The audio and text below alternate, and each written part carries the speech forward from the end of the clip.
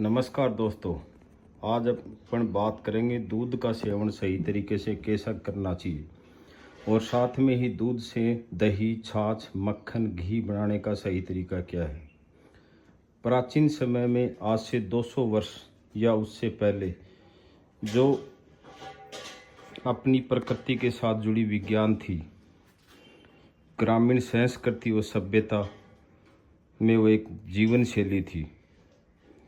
उसमें रहन सहन, खान पान भी एक सामाजिक प्राकृतिक विज्ञान था जिसका हम पालन करते थे और स्वस्थ व हष्टपुष्ट रहते थे, जो आज भी इस आधुनिक युग में गाँव में थोड़ा बहुत देखने को मिलता है। तो आज अपन उसमें से एक चीज़ की बात करेंगे, दूध की, कि दूध का सेवन कैसे किया जाता है। दूध एक संपूर्ण आहार माना जाता है और दूध के अंदर fat, protein, lactose, vitamin A, D, E, K व मिनरल, कैल्शियम व फास्फोरस पाए जाते हैं। प्रोटीन इसमें दो रूप में पाई जाती है, केसिन प्रोटीन और एक वे प्रोटीन। केसिन प्रोटीन 80% होती है दूध में और वे प्रोटीन 20% होती है। जब हम दूध को गर्म करते हैं तो भाप के साथ जो फैट व प्रोटीन ऊपरी सतह पे जमना शुरू हो जाती है, जिसे अपन मलाई कहते हैं। केसिन प्रोटीन दूध में उपस्थित कैल्शियम व फास्फोरस को आपस में बांध के रखती है। इसमें एमिनो एसिड पाया जाता है। वे प्रोटीन जल्दी पचने वाला और शरीर को तुरंत अवशोषित होने वाला प्रोटीन है, जो शरीर की रोग प्रतिरोधक क्षमता बढ़ाता है। अब बात आती है कि टेम्परेचर, किस टेम्परेचर पे इसको गर्म करें और किस टेम्परेचर पे इसको रखा जाए। पहले हारा पद्धति होती थी, एक चूल्हा होता था, एक हारा होता था। इस हारे के अंदर अपन जो गाय भैंस का गोबर था, गोबर जिसके ऊपड़े अपन महिलाएं बनाती थी। जैसे आपको दिखाता हूँ, ये ऊपड़े ये बनाए हुए हैं, कंडे जिसे बोलते हैं। इन ऊपड़ों को इसके अंदर हारे में इसकी आग जलाई जाती थी। ऊपड़े की खासियत ये होती है कि ये जलता रहता है और ऊपर इसकी राख आती रहती है, जिससे इसका टेम्परेचर बहुत ज़्यादा हाई नहीं जाता। इसका टेम्परेचर हारे का 50 डिग्री के लगभग रहता है। ये हारा है, ये दूध है। मिट्टी के बर्तन रखते थे। ये मिट्टी के बर्तन के अंदर दूध को धीमी आंच पे उबाला जाता था, गर्म किया जाता था। ऊपर इसका ढक्कन भी मिट्टी का ही है। ये देखो, इसमें छेद हैं कि स्टीम जो भी भाप बने इन छेदों से निकल जाए। ये कुकर की तरह ओवर हीटिंग नहीं करते, इसलिए इसके ढक्कन में इसको जहावली बोलते हैं, जहावली देसी भाषा में। तो इस हारे के अंदर दूध को रखा जाता था सुबह के टाइम और शाम तक इसी हारे में इसे पकने देते थे। 50 डिग्री टेम्परेचर से ज़्यादा इस हारे का टेम्परेचर जाता नहीं है। तो इससे ये होता था कि जो अपनी प्रोटीन, केसिन प्रोटीन होती है, वो जल्दी सी अपनी प्रॉपर्टी चेंज नहीं करती है टेम्परेचर के कारण। 100 डिग्री टेम्परेचर तक इसमें कोई बदलाव नहीं होता है। लेकिन जैसे ही 120 डिग्री टेम्परेचर या इससे ज़्यादा तापमान जाता है तो ये इनसोल्यूबल और इनडाइजेस्टिबल हो जाती है, यानी कि ये घुलना बंद हो जाती है और डाइजेस्ट होना मुश्किल हो जाती है, क्योंकि इसके स्ट्रक्चर में बदलाव हो जाता है। यदि आपने देखा हो कि दूध को गैस की भट्टी पे गर्म करके जब इसका मावा निकाला जाता है तो इसकी प्रोटीन स्ट्रक्चर बदल जाती है, जिससे ये सोल्यूबल व डाइजेस्टेबल नहीं होता है, इसलिए इसको पचाना मुश्किल हो जाता है। दूसरी है वे प्रोटीन। ये वे प्रोटीन टेम्परेचर के लिए बहुत सेंसिटिव होती है। इसके अंदर बीटा लैक्टोग्लूबिन और अल्फा लैक्टोग्लूबिन के रूप में पाई जाती है। ये 60 से 70 डिग्री पर पूर्ण रूप से डीनेचर हो जाती है, यानी जमना शुरू हो जाती है। 100 डिग्री पर वे प्रोटीन की संरचना टूट जाती है और आपस में एग्रीगेट हो जाती है, मतलब छोटे छोटे पार्टिकलों में टूट के लम्स बन जाते हैं, इसकी डलियां बन जाती हैं दूध में। डीनेचर होने के कारण, जमने के कारण ये अपना पानी में जो घुलती है वो अपना गुण खो देती है और दूध में गांठ बन के नीचे बैठ जाती है, जिसको अपन पुराने ज़माने में थोड़ी बहुत जो इसके कढ़ावनी बोलते हैं, जो मिट्टी का बर्तन है इसमें जम जाती थी, उसको खुरचन बोलते थे। खुरचन जो निकाल के बच्चों को खिलाई जाती थी, क्योंकि ये जल्दी डाइजेस्ट होने वाली प्रोटीन है, वे बाज़ार में मिलती है, वो वे प्रोटीन ही मिलती है। तो इसकी गांठें बन के नीचे बैठना शुरू हो जाती है और ओवर ईटिंग होने के कारण इसको डाइजेशन पाचन करना आसान नहीं होता है, जबकि ये तुरंत पाचन होने वाली प्रोटीन है। 70 डिग्री के ऊपर इसकी बायोलॉजिकल एक्टिविटी कम हो जाती है। इसमें होने वाले बायो एक्टिव पेप्टिडाइड और प्रोटीन जैसे अल्फा और बीटा बताया था को एंटीऑक्सीडेंट व रोग प्रतिरोधक व इम्यून सिस्टम को मजबूत करते हैं, वो नष्ट हो जाते हैं 70 डिग्री से ऊपर टेम्परेचर पे। इसलिए इसको हारे के अंदर ही कम टेम्परेचर पे दूध को गर्म किया जाता है। तो हारा सिस्टम पुरानी पद्धति थी, पुरानी अपनी सभ्यता थी, और गोबर के ऊपड़ों पे जो इसका टेम्परेचर 50 डिग्री से ऊपर नहीं जाने देते हैं। फिर अपन इसी दूध को शाम के टाइम अपन इसमें जामन देते थे, जो पहले दिन की बची हुई छाछ या दही से, जिसमें बैक्टीरिया होते थे पहले से ही, वो इसके अंदर दूध के अंदर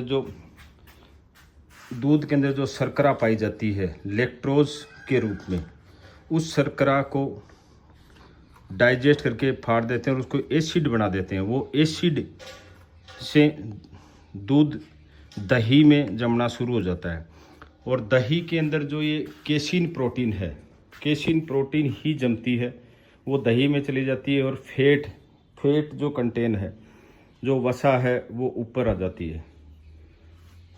वे प्रोटीन भी दही और छाछ में ही चली जाती है। वसा के अंदर जो घी बनता है, ऊपर जो वसा आती है, उसके अंदर ये प्रोटीन नहीं रहती हैं। तो जब जैसे ही अपन जामन लगाते हैं, जो इसमें जो बैक्टीरिया होते हैं दही के अंदर पहले से ही, जिनको अपन लैक्टोबैसिलस बैक्टीरिया बोलते हैं, वो इस मलाई को, जो ऊपर फैट है, उसको डाइजेस्ट करना शुरू कर देते हैं, उसको डीकम्पोज करना शुरू कर देते हैं, यानी क्यूनन क्रिया उसमें कर देते हैं, और वो डाइजेस्टिव फैट बन जाती है। यदि अपन अनडाइजेस्ट फैट, कच्ची फैट यदि अपन खाएंगे तो वो डाइजेस्ट अपन नहीं कर पाते। कच्ची फैट को अपन कितनी ही एक्सरसाइज कर ले, कुछ भी कर ले, अपन डाइजेस्ट नहीं कर पाते हैं। तो अपन दूध से जैसे ही दही बनाते हैं, तो दही जो दूध के ऊपर जो मलाई है, जो भाप से जो प्रोटीन और वसा से बनी है, उसको डाइजेस्ट करके बैक्टीरिया फैट को डाइजेस्ट कर देते हैं, और जो प्रोटीन है वो अलग होके नीचे दही में चली जाती है। फिर अपन इसका मंथन करते हैं, बिलोना करते हैं तो इसके ऊपर फैट आ जाती है, और जो वे प्रोटीन है केसिन प्रोटीन है, वो दही में चली जाती हैं, और धीरे धीरे इसकी छाछ बन जाती है। फिर अपन उसका मक्खन अलग निकाल लेते हैं, और उस मक्खन के अंदर थोड़ी बहुत प्रोटीन रहती है, उसमें ज़्यादातर पानी के थोड़े कंटेंट रहते हैं और वसा रहती है, और उसमें बैक्टीरिया भी होते हैं जो इस फैट को डाइजेस्ट करते हैं। उसके बाद में अपन उस घी को, जो मक्खन है, वो इसी हारे के अंदर इसी टेम्परेचर पे 50 डिग्री पे ही धीरे धीरे गर्म करते हैं कि उसकी 50 डिग्री के बाद में 70 डिग्री की प्रॉपर्टी वसा की या थोड़ी बहुत प्रोटीन उसकी और जिसके विटामिन्स होते हैं उनकी प्रॉपर्टी चेंज ना हो, तो वो भी 50 डिग्री पे ही पूरे दिन गर्म किया जाता है, और उसको स्टोर करके रख देते हैं, वो जिसको अपन वैदिक घी बोलते हैं। आजकल बाज़ार में मिलने वाला घी से दूध से दही नहीं बनाते, वो डायरेक्ट क्रीम निकाल लेते हैं, वो मलाई को क्रीम निकाल के क्रीम से ही घी बना देते हैं। तो जो घी क्रीम से बना है वो डाइजेस्ट फैट नहीं है, मतलब वो क्यूनन क्रिया से डाइजेस्ट की भी, पाचन की भी फैट नहीं है, इसलिए उसको डाइजेस्ट करना बहुत मुश्किल होता है, और इसीलिए घी के कारण बहुत से रोग जो होते हैं वो डेयरी वाले घी के कारण होते हैं। क्योंकि इसमें पूरा प्रोसेस फॉलो नहीं किया जाता है। इसके बाद में छाछ, जो छाछ बच जाती है जो अपन सेवन करते हैं, छाछ के अंदर जो वे प्रोटीन है वो पूरी तरह से छोटे छोटे कणों के रूप में दिखती है और साथ में ही केसिन प्रोटीन दोनों होती हैं। इसलिए छाछ भी बहुत उपयोगी होती है प्रोटीन के लिए। और यदि अपने को वसा के लिए खाना है तो अपने लिए घी है वो वहाँ चली गई। ये बाइफर्केशन अपन कर देते हैं और उस घी को लंबे टाइम तक स्टोर कर देते हैं। यूपी के कुछ गांवों में छाछ को छान के जिसमें से जो बचता है, जो छोटे छोटे उसके लम्स बचते हैं वे प्रोटीन को, उनको इकट्ठा करके 100 रुपये किलो बाज़ार से लोग आते हैं, उनको ख़रीद के लेके जाते हैं। उससे नेचुरल वे प्रोटीन बनाते हैं वो और फिर बाज़ार पे महंगी दरों पे बेचते हैं। तो ये है पुरानी पद्धति जिससे अपन दूध का सही तरीके से सेवन करते हैं कि दूध को कभी भी गर्म करना है तो उसका टेम्परेचर 70 डिग्री से ऊपर नहीं जाना चाहिए। दूसरा, दूध से अपन दही बनाते हैं तो दही बनाने के लिए उसके अंदर जो जामन डालते हैं वो पहले दिन की छाछ या दही को ही डाला जाए। नींबू और उससे मतलब जल्दी से बैक्टीरिया उसमें पैदा नहीं होते हैं और जो फैट को डाइजेस्ट नहीं कर पाते हैं। तीसरा, फिर अपन अब इसका बिलोना करते हैं, उससे मक्खन निकालते हैं।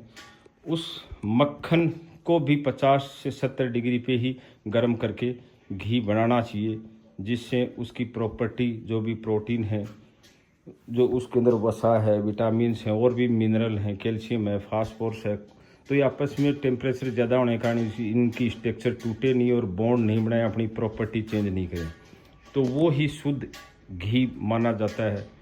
ये ही दूध को सही तरीके से, जब भी अपन दूध को पिए फिर ये दूध शाम को पक जाता है तो इसके जो ऊपर में मलाई जो सतह बनी है मलाई को, उसको हटा के जो नीचे दूध है उसको पिए।